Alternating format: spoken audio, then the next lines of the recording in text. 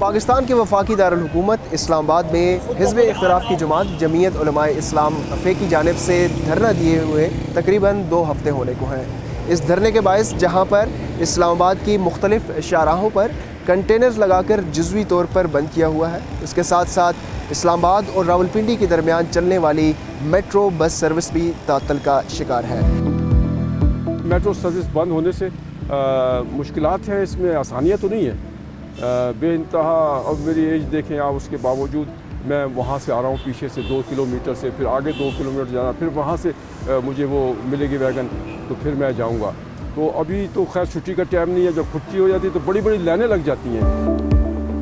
मेरे अकब में metro bus का डिपो है जहाँ पर वर्कशॉप्स हैं और यहाँ पर गाड़ियों की मेंटेनेंस की जाती है जो रोज़ाना की बुनियाद पर होती है।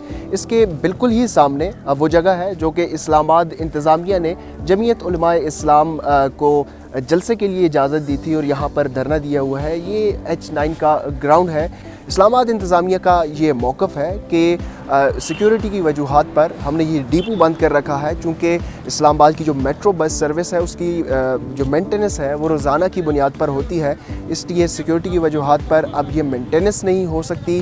तो मेट्रो बस सर्विस जो है वो भी जब तक धरना जारी रहेगा वो तातल का शिकार रहेगी।